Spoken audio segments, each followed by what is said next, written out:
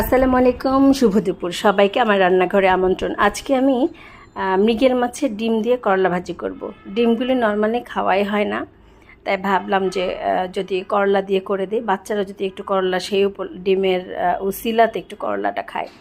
যাই হোক, নর্মালি আমি পেঁয়াজ কাঁচামরিচ তেলে ভেজে একটু হলুদ, একটু রসুন বাটা, একটু হলুদ গুঁড়া, একটু মরিচ গুঁড়া দিয়ে মশলাটা একটু কষিয়ে নিয়ে ডিমটা দিয়ে দিলাম।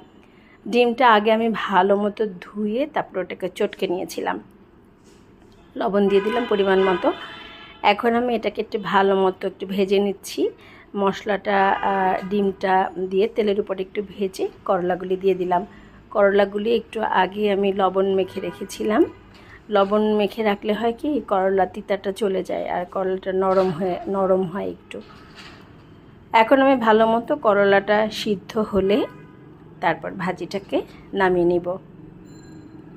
এভাবে ডিম দিয়ে কিন্তু করলা দিয়ে ভাজিও ভালো লাগে, তারপর চিচিঙ্গা দিয়ে ভাজিও ভালো লাগে।